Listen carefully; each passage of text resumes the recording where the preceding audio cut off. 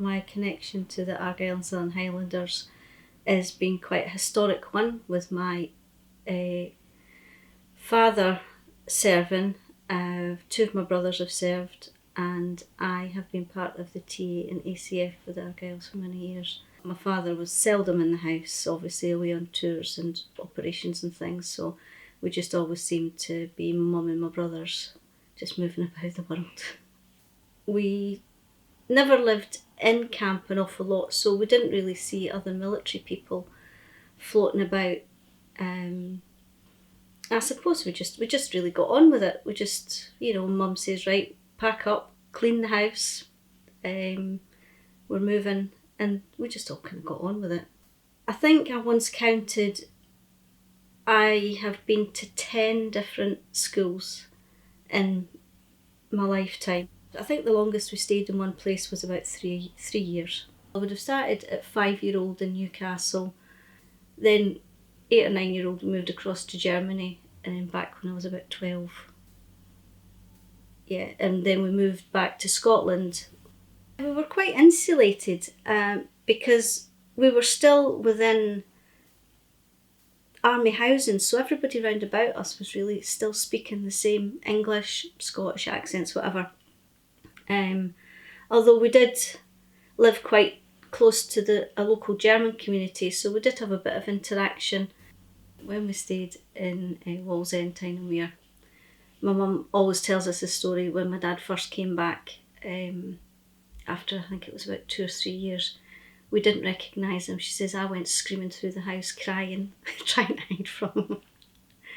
But I think after that, we just kind of got used to him being away.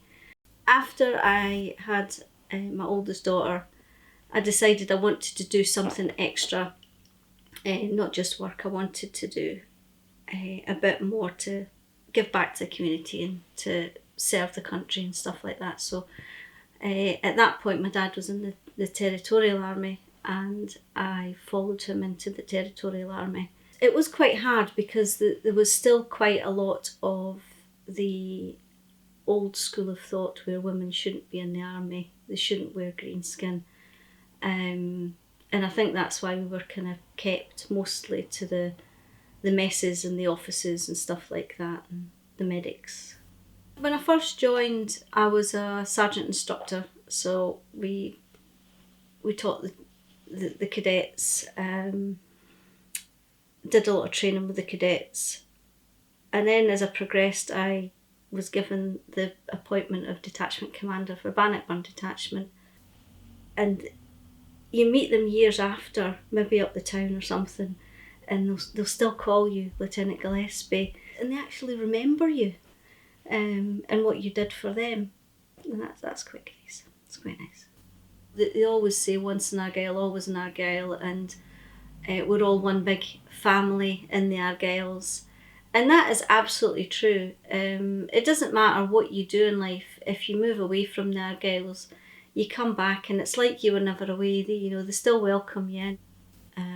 A lot of my friends hadn't even moved out the villages that they'd been in, and I'd been all over the world at that point, and I continued adventures after that. It gave me the confidence to then go out and do different things, try different things, not just to accept the way things are, it gave you the confidence to challenge and to learn new things.